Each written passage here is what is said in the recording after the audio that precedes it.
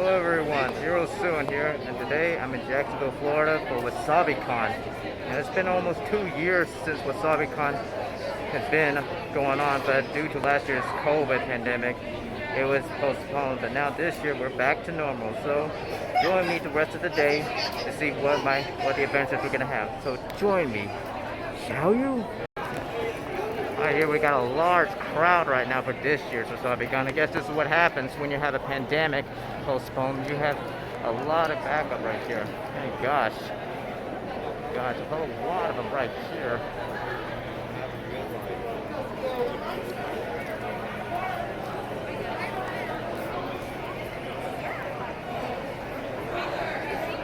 Take questions, because I'm going to go back out, because I am the person helping scan everybody. All right. Are there any questions in here that we should be answering?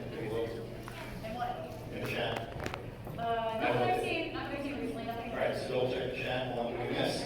All right, ladies and gentlemen, hi, my name is Tom Kirk. In 2001, I met a really hot girl that liked anime, so then I liked anime too. Good night. Just kidding. All of that is 100% true. 2001, I met a really hot girl. She liked a show called Sailor Moon. I have now seen all 200 episodes of that anime and the live-action series. Yay! You can ask me Sailor Moon trivia. I probably know. It's pretty sad. Or awesome, depending on you ask. So, when I met her, I decided to start an anime club. Anime club in 2001 was called Wasabi Anime. And the goal of Wasabi Anime was, at that time, 20-some-odd years ago, there were little bitty clubs all over Florida, and conventions were just starting, so we thought it'd be neat to try to get them all to network with each other. So there were Wasabi Anime chapters all over Florida. There was Wasabi Anime Tampa, and a bunch of the people in that club went on. Oh, tell them I said hi. Hi. Hey, we're WasabiCon. Okay, cool. All right. So there was a Wasabi Anime Tampa, and that club was the first crew that volunteered and started a spirit convention called MetroCon. That hot girl I was talking about, she entered a costume contest to Mr. Do It at their very first anime festival in Orlando and won Best of Show there. We've also taken Best of Show Drag Con. There's a whole list on that, but I'll stay in Florida. There was Wasabi Anime Club in South Florida. There was the Treasure Coast, and there were two up here. There was Wasabi Anime Jacksonville and Wasabi Anime Green Coast Springs. And that kind of gave birth to Wasabi Anime helping out and appearing in Northeast Florida. And we decided at one point, let's just do the Wasabi Anime Convention, and that became WasabiCon about 10 years ago. And it was very much a last-minute show we put together. We ran it 2 weekends later than we normally do right now on the Florida Georgia weekend, because nothing says a good time like football fans in the same hotel as anime fans. So we ran it on the weekend of the Florida Georgia weekend at the Marriott South, which is a small Marriott, and that was 10 years ago. We took a bye year like everybody else last year and stayed at home and played with Twitch and stuff. But now we are where we are now. So just to give you guys some stats and numbers, which is what I promised you from the story, in 2019, when we opened the doors, we had sold 1,400 tickets for WasabiCon. And then another 2,000 plus people showed up. So over the weekend, we saw almost 4,700 people at the last WasabiCon that we opened. Pretty good, right? It's a pretty big show. Pretty big show. Let me pull up my Eventbrite here. As of right now, 3,974 people have bought tickets, which when you take into account weekend passes, we're currently a 6,000 plus person show. And have you seen one? So we're dealing with good and bad growing pains. One, this is obviously a much bigger show than it's been. Yay! But we made sure to accommodate. That is why we are now no longer in the hotel. We are in the prime Osborn Convention Center, because if we're going to become Jacksonville's biggest convention, we're going to do it in their convention center. So we are now, without question, Northeast Florida's largest pop culture convention. Everybody else is, what's the word I'm looking for, smaller. The good about that is it gives us the ability to do more for you guys. So if you're looking for stuff to do this weekend, I challenge you to become board, because in this room all weekend we'll be running dance battles, we'll be running Q&As, we'll be running costume contests nonstop in this room. In the hallway across from us, We have 2 panel rooms. They'll be running panels and anime screenings all weekend. There's a main cafe. It's $20 to get in. If you haven't done a main cafe before, I highly recommend you do it. Additionally, right behind me in this other room, you have a video game room with a bunch of Nintendo Switches set up with people beating each other up. Everybody's just playing Luigi today. That's the one rule, no kid. And then across from that, we have, for your analog people, a tabletop game room with literally over 150 games that you can choose from. Tournaments running all weekend that you can enter and play. Then, if that's not enough for you, starting this afternoon, there'll be some food trucks right out there so you can get some food. They're already here. They're already here, they're mine. There's a car show out there, Natasha Car Show. Go take photos with some random anime cars. And then once you're done with everything else, you can go shopping. There's a big room over there. And inside the room, it's weird. Is it the escape room show? Yeah, we're in there. Oh yeah, there's an escape room in there, which I think is really neat. I'm gonna check it out this year. Yes, so there's an escape room in the vintage room. There's a ton, over 150 artists. Photo backdrops. Photo backdrops. And photo backdrops, take photos of yourself, selfies, with a photo backdrop over there. So over 150 hours of programming, over 40,000 square feet of exhibitors, and then we got actors from a very obscure show. Has anybody here ever heard of something called Demon Slayer? No idea. Yep, yeah, figured. Talk about the luckiest luck ever. Has anybody watched the first episode that came out on Tuesday? Yeah. Who has not watched that episode? Okay, who has watched Mugen Train? The episode's a prologue to Mugen Train. So we have the single 2 most important English voice actors from that movie and that story arc here this weekend. Zach and Mike will both be Zach and Mark will both be. I'm like, it's not Mick. We got that. Somebody wrote Mick somewhere. I'm like, it's not Mick. It's Mark Whitten and Zach Aguilar will be here signing autographs all weekend. Any of my Hero fans. And we have Rocky from My Hero Academia. How many of My Hero Academia fans? You've seen every episode so far? Okay. Tell me if I'm really correct. Help me see if I'm describing this correctly. So, it's a story about a young boy who a mentor shows up and takes him away to a specialized school where he can learn his skill. And while he's there, he gets 2 best friends. One of them's a little bit of an airhead, and the other one's that really anal retentive studious type, right? And then he has a foil character who's his opposite, and it's a bright blonde-haired, douchey kind of kid. And then the main teacher they see all the time has long black hair and talks like he's really someone on it, right? I love the Wizarding World of Harry Potter.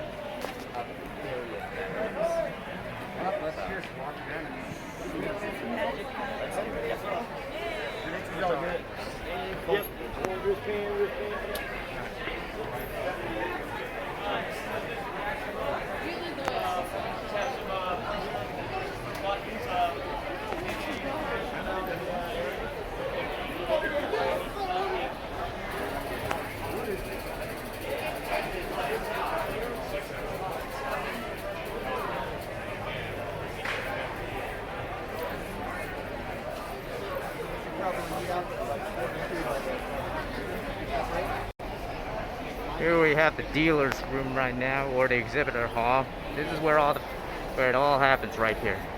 Got everything here. Artists, a lot of, oh yeah, artists, that's what I meant. A lot of guests here as well. We got Zach Aguilar there. Yeah, no. You can tell him, like, Tom said, fuck it. Aguilar there. Yeah, fuck it. Mark Whitten, Rial, we over here. And I got to say, a lot of good booths right here. Boy.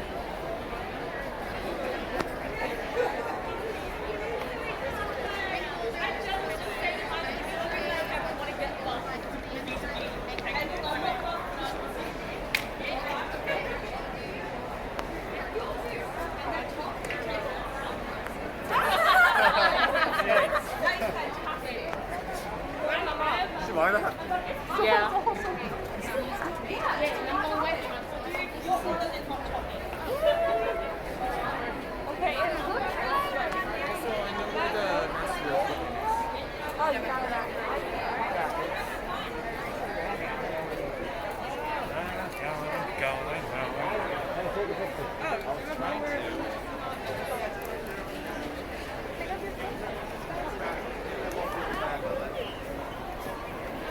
Car stickers.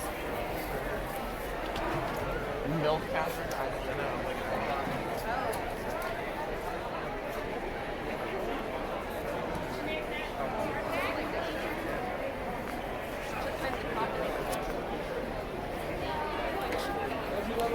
Everything falls over in one swift movement.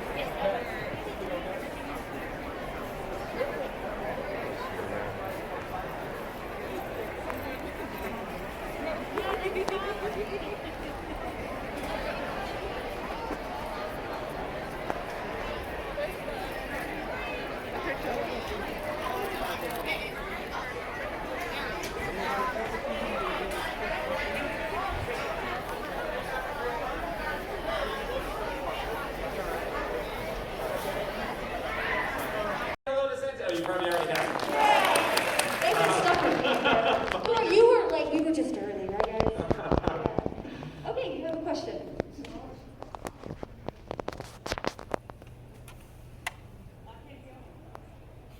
Was your role 10 times harder because you didn't last long?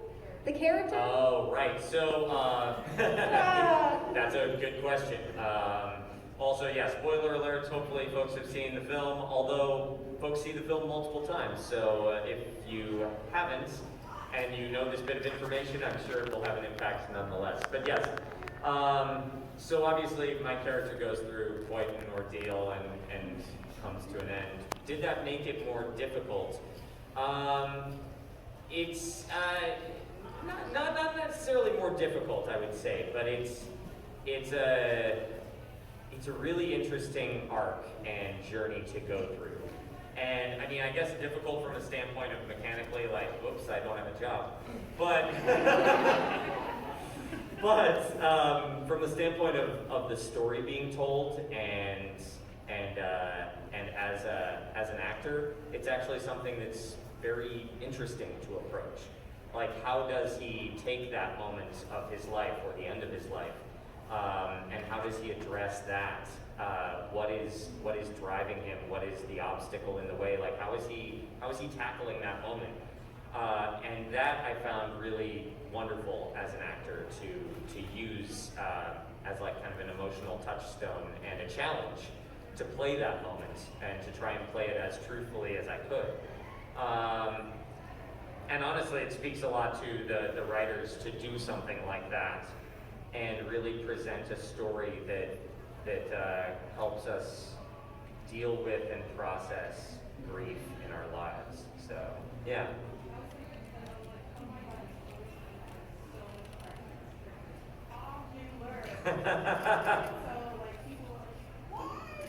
Yeah. Yeah, to that point, I definitely was thinking I can't screw this up. I don't really get stage fright. I've been acting for a long time, but with this part in particular, it was like giant shoes to fill, and I got a little nervous, I'm not gonna lie. But that's when I just practiced my total concentration breathing and got myself through. And we have a question over there? The lovely Jana wants to know, did you have to say tasty, tasty a lot over and over? Like a lot? I said tasty once and they reprinted it. No, That's good. no, that was one of the best parts of starting out recording the movie, especially, was that I got to say tasty over and tasty, like just so many different ways. It was just a beautiful way to kind of break the ice on what was a very nerve-wracking experience to begin with. But knowing that just doing that to kind of like to kind of loosen up at the beginning, you can't help but like smile or end up like ruining the take with laughter. So yeah, it was a wonderful time. Hello, Megan wants to know, what was your favorite game or show to voice in?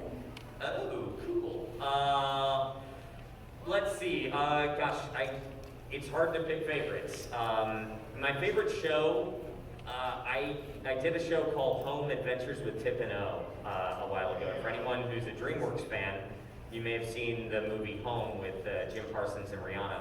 They made a series out of it in which I got to voice match Jim as the role of O, the little purple alien boob. And that was just a delight of a process. I think that what made it so special was it was one of my first VO jobs, so I feel like I was very lucky to have landed that particular role. I got to sing, which I love to do. I'm a musical theater kid. And I got to work with a lot of really cool voice actors, Tom Kenny, Nolan North, Greg Griffin, like huge people in the VO industry. And so I'm like this newbie, and there were a lot of big hitters. So that was a lot of fun. Games, oh my gosh, I have so many games that I'm a fan. I'm a big game nerd. If you don't know this already, you'll know this in like no time. It's hard to pick a favorite of that. One that I really enjoyed was Fallout. For anyone who's a Fallout fan, I'm in Fallout 76, and if you play Fallout 76, you kill me all the time. I got to play one of the scorched enemies in Fallout, and that's just like playing enemies and playing creatures. While it is vocally taxing, I also find it to be so much fun. And the scorched, one thing that was difficult with them is that they were like, oh no, we need this to be a really dry sound. Everything needs to sound dry because they've been scorched, as one might imagine. And so that was even more taxing on the voice, but so much fun to kind of like play these humans that had been afflicted by this thing. They still have like a different thought process working in the background, and yet they have this gravelly, tortured voice. Anyways, that's a long answer to that question, but thank you for it.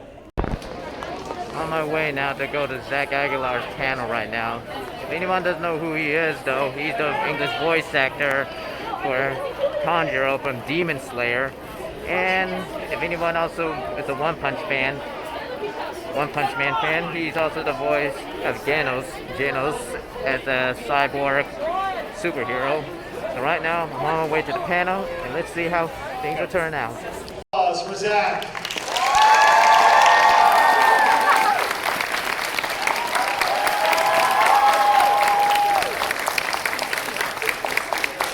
Couple of rules for Q&A. Number one, do not make direct eye contact with Zach.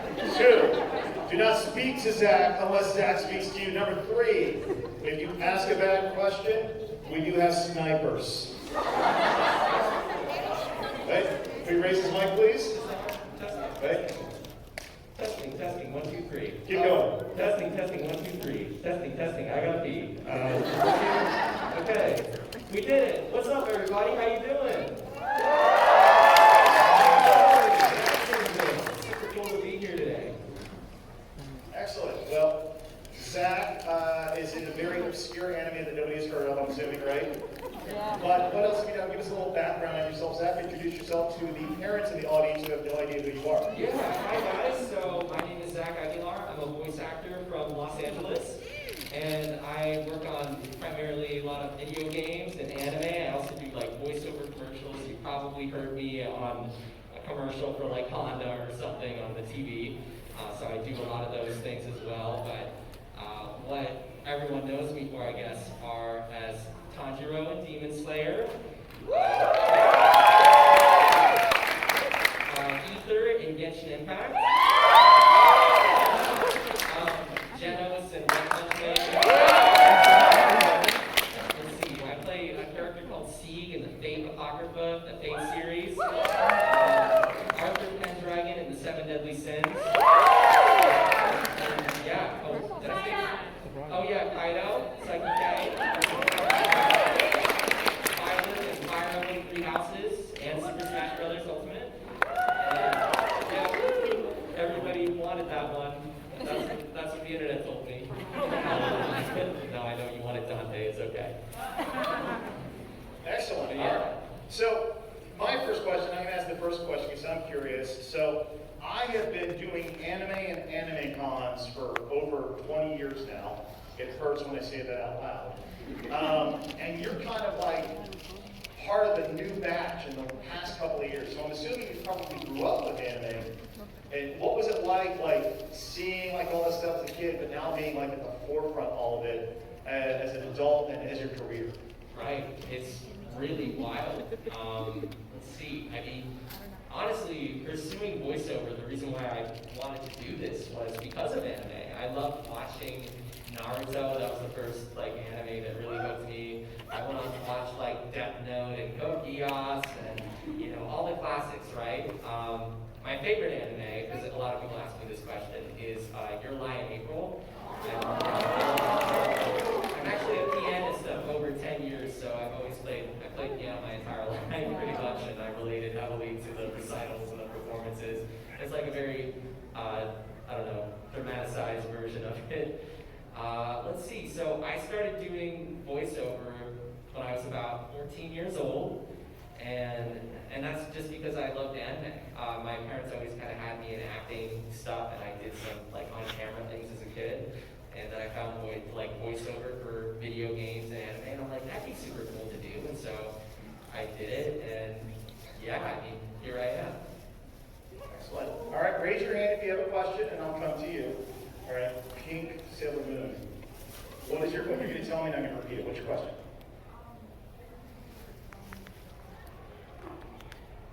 She wants you to do an impression. Are you okay doing impressions? An impression of like one of my characters? Jean Lee. Yeah, for sure. Am I allowed to take off mine up here? Yes, when you're on stage, you can take yours off. Okay, cool, yeah. On stage, we're allowed to. Down here, you don't want Hey, to. you see my face? This isn't weird. Yeah, so for Jean Lee, I have to do my lower voice. Osman, this one. But where are those who share the memory?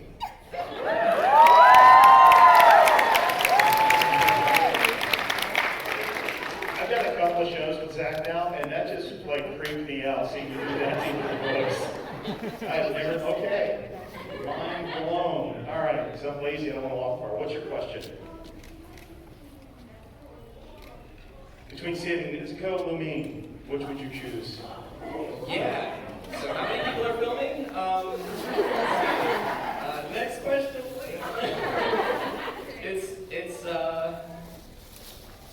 Yeah, sorry, I can't answer that. Always go with the same Good question, though. What's your question?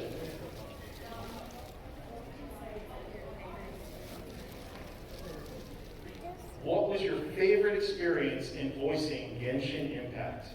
Yeah. So, I mean, a lot of people, well, I don't know. I used to say a lot of people didn't know, but I think a lot of people do know now, is I play Mooncarver in Genshin Impact as well, you know, the big deer, elk, you know, magical creature. So I got to do a lot of Mooncarver lines, and it was so random how it happened. It was kind of like I was in the booth, and I finished up my grunts really early because, as you know, my character has a ton of lines, very heavy dialogue. And so I went like, huh, huh, and they're like, okay, that's it, like you're done. And I said, is that it? You guys really just called me in here just to do that? Like, come on, there has to be something else. And they said, well, actually, maybe we have another character you can do. And so they were looking through the document that they have where they can filter through all the characters, and I saw Mooncarver, and they said, hey, how about Mooncarver? Okay, cool. Like that sounds pretty sweet. What is this? They said, yes, just like do the lowest voice you can do. And I'm like, You just be a Mooncarver. and so they did that. So that was cool, like voicing that. But in terms of either, my favorite experience, my favorite scene out of all the scenes so far is the We Will Be Reunited quest with Lumine, and then I actually did that on a live stream with Lumine's English voice actor, and yeah, super, super cool. Really emotional. I didn't expect it to hit so hard, because when we record, we don't always know how it's going to turn out. We can't really see the animation. It's very, there's no visuals for us, so then we do our lines and we kind of try to get into it. But when the music and effects and everything is added in the final game, wow, yeah, it was a lot. You know, I really like the scene at the end. I don't know if we're doing spoilers or not, but I'm going to try to keep it vague, I guess. So I really like the scene at the very end. I think you know which one I'm talking about with the Kaza in shouting. That was a great scene. I thought that was a lot of fun to record and get into it. Everyone was very emotional in the booth. And speaking of Mugen Train, it was just the coolest thing ever because at the time when we recorded it, it was so exclusive. I think it just came out in Japan and nobody else had seen it anywhere. It was like, it wasn't online. Like, unless you lived in Japan, you had not seen Mugen Train. So for us working on it and recording it was amazing because, I mean, my character, Tanjiro, was almost in every single scene. So it's like I got to watch the movie while recording it. And then, but it's tough to say. It's between that, so the Yakaza scene and there's another scene too where he goes back and kind of sees his family. I think that was a really sad scene.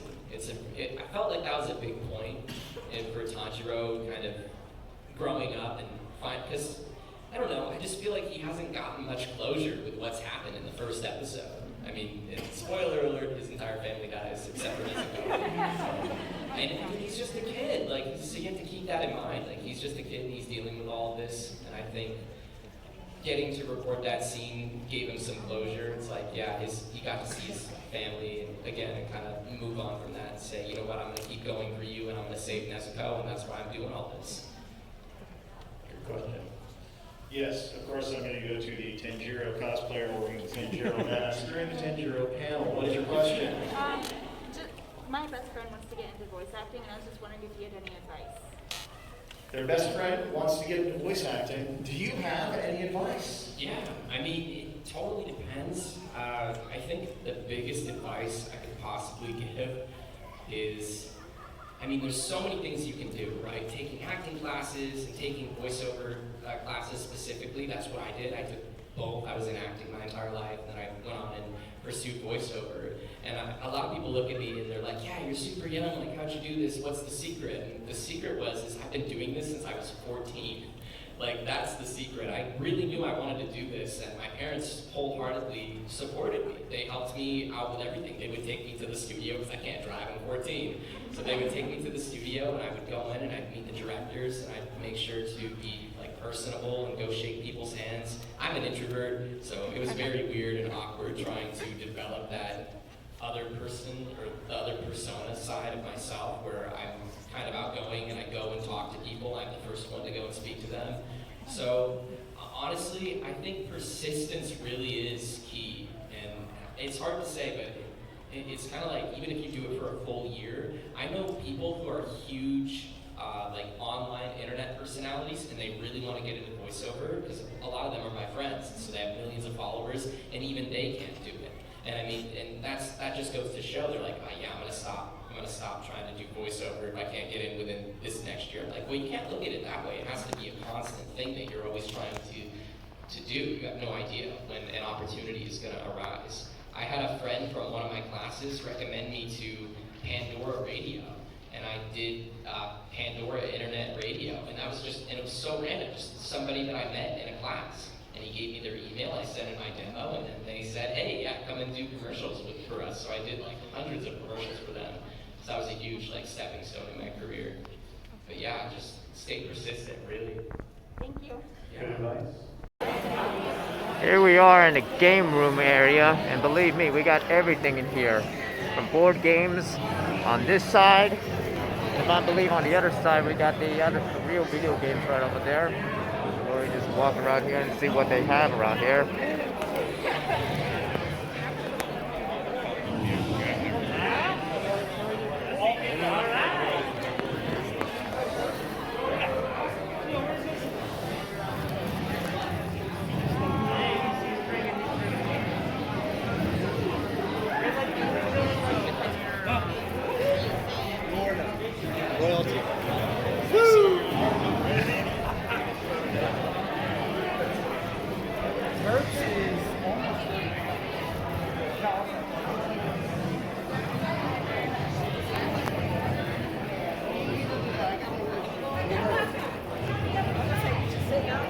Correct, everyone's playing a Smash tournament. Everybody's playing Smash Brothers right now, and believe me, this is epic right here. Not the one epic as at Infinity Con, but heck, this is gonna be good.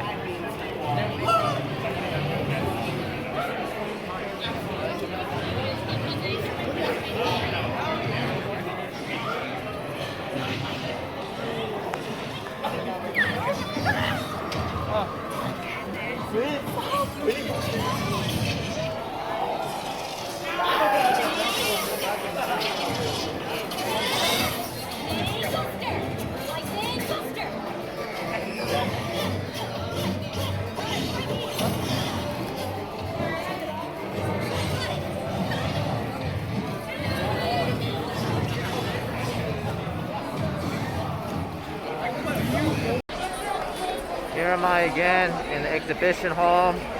Basically, got a whole lot of things. There's so much I cannot record or covered everything, but heck, this is a lot of things right now we can get through here. And we have somebody waving back there, so hello back there too. Got a lot of other things going on here. Booths, artists, name it. That they're doing well right here. Over there. Other than that, this is awesome right here. Very awesome. I can't believe that this is going to be one of the biggest cons I have ever been to for now. For months right now. But heck, holy crap, the crowd though. The crowd, look behind me. The crowd. That is a big crowd. You ain't seen the biggest crowd ever though, right here though. And as we know, like behind me, there's more people to meet though. There's a lot of things going on here. I can't believe it. There's so much going on right here. These guys right here, I can't tell who these guys are, but I think it's going to the name though about this group. Hey, hello there, Nico Slade. This is already going right here, if I'm correct. Out there. We're gonna go through everywhere we go here now. This is actually going through right here. This man, I can't just believe it. So much crowd right here, and I'm just like, oh my gosh. And right now we're moving around right here again. Here, got the guest celebrities right behind me. Rio right there. Whitten over there. It's all here. This is amazing right now. Going through here to seeing what's going on.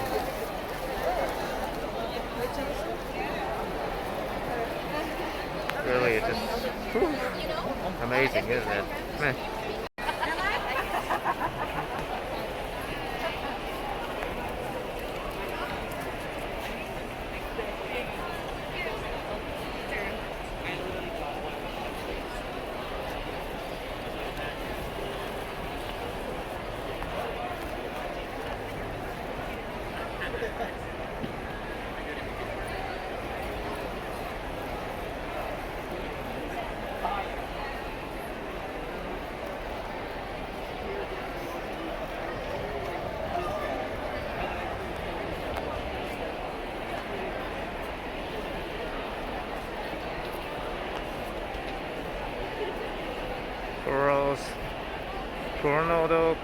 Curios.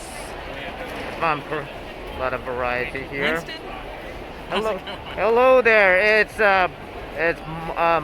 was it Mark? Is it or is Brian from TigerCon? Brian from TigerCon. This is Brian. He's the host and the founder for TigerCon. Yeah. Anybody knows that they are the one at TigerCon, which if everybody remembers was a con a couple of months ago. TigerCon.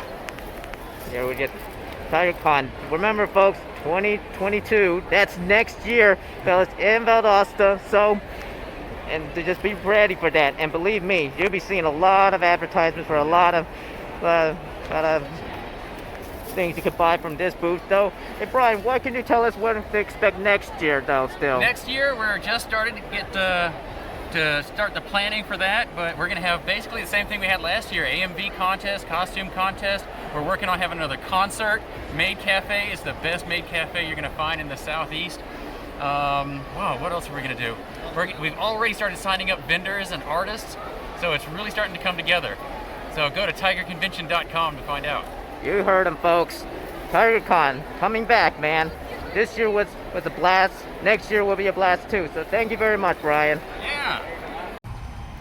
Here we are outside of the convention center, and what better way to have a convention is these cars, these lovely cars. These are so lovely right here. Gotta take a look on this one. Whew.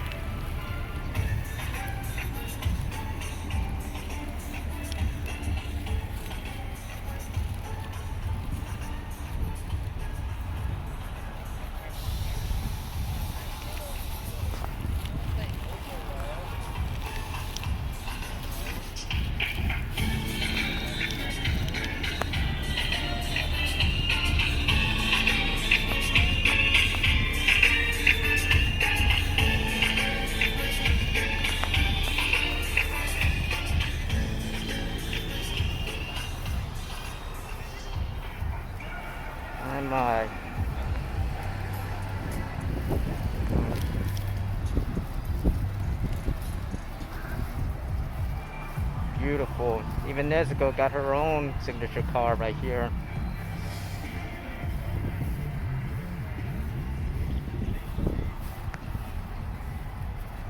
Along with Tanjiro on this side. Whew. Amazing. It's amazing. And what we have here is in pickup as well. This probably rolled off from the trailer. This is for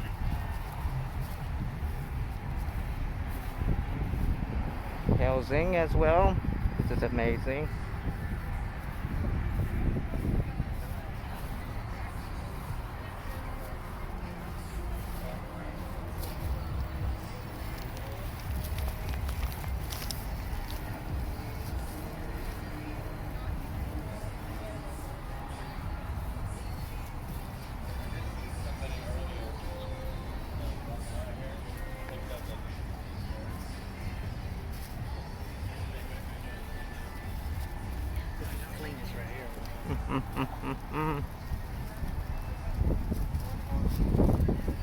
One for the Fate series right here.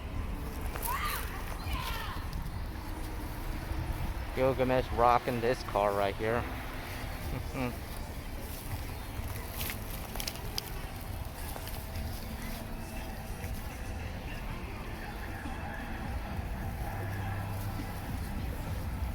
Waifu Hunter with this lovely Corvette right here. Whew. What a nice high school of the dead right here. That rear spoiler right here with the gals right here.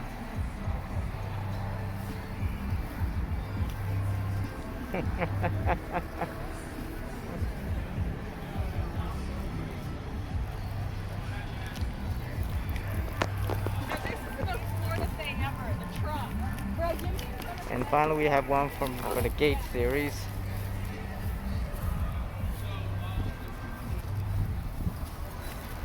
Sorry, that's part of it.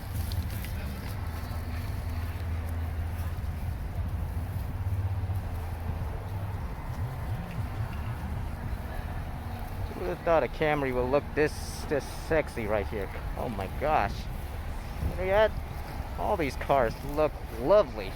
Lovely indeed. Gotta say, this has gotta be an art right here. That's gonna do it for me at the end of the day, this convention. Overall, how would I rank WasabiCon this year at a new location? It's good, although it's a bit crowded, more so. Well, what can you say? It's a pandemic just occurred. It's gone through a pandemic, and really a lot of people just want to get back on a con wagon right there, and who could blame them? At the moment right now, all I can say is I'm now done for this year. I'm done with conventions now, so now I'm no longer will be going any more conventions this year. I'm gonna take a long hiatus until perhaps next year. We have some planning next year. Infinity Con, one of them. We're going back to Swamp Con and Collective Con as well, and Bold Matsuri, which will also be here at the Osborn Convention Center. And definitely be back here for WasabiCon, and also I will be going back to Tiger Con as well. I don't know about any other conventions I'm planning to go to. If I could go to, if I could get there, if I could hitch a ride with someone when I know. Maybe MomoCon, maybe AWA. I don't know, maybe just any of the big ones. I'm maybe thinking about spreading my wings a little bit more. But at the moment right now, I'm done for this year. I am done for this year. I'm done with conventions, and right now I'm done with posts, done with most of all my videos for this year as well, though. So until next year starts back up. So overall, to everyone who's been following me, watching my videos, thank you. I respect to every single one of y'all, and and I give you praise. Be praised that we survived the pandemic and we're back to conventions again, though. So be glad.